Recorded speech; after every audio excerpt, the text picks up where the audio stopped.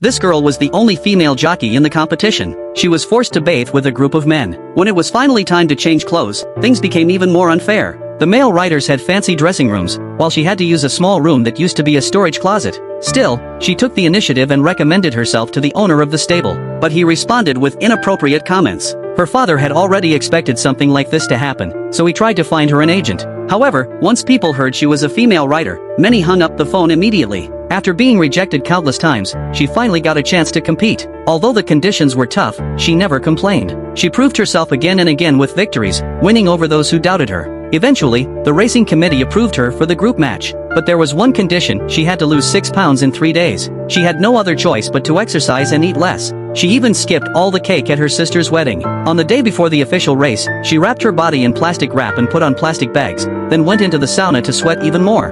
Thankfully, her efforts paid off. When she stepped on the scale, she had reached the qualifying weight. Exhausted, she stepped onto the racetrack with one goal in mind: to win. She kept pushing forward, passing one rider after another. Victory was right in front of her. But as she crossed the finish line, she fell off the horse. She was quickly rushed to the hospital. When her family arrived, the doctor said her brain had been injured and her condition was serious. Her father placed a necklace, once worn by her late mother, into the girl's hand and prayed for her safety. After a few days of treatment, she regained consciousness, but she had trouble speaking. She could not even say a full word. However, when her father asked her about horse racing, she answered clearly and confidently. This gave her hope again. Her father brought her home and began physical training to help her recover. She asked the doctor how long it would take before she could race again. The doctor laughed without thinking. That laugh crushed her dream. She felt hopeless. But when she saw her horse crying, she found her courage again. She climbed back onto the saddle. Her father knew the strong, unbreakable jockey had returned. The rest of the family was against her racing again, but her father supported her dream. A few days later, she met an old horse in the stable.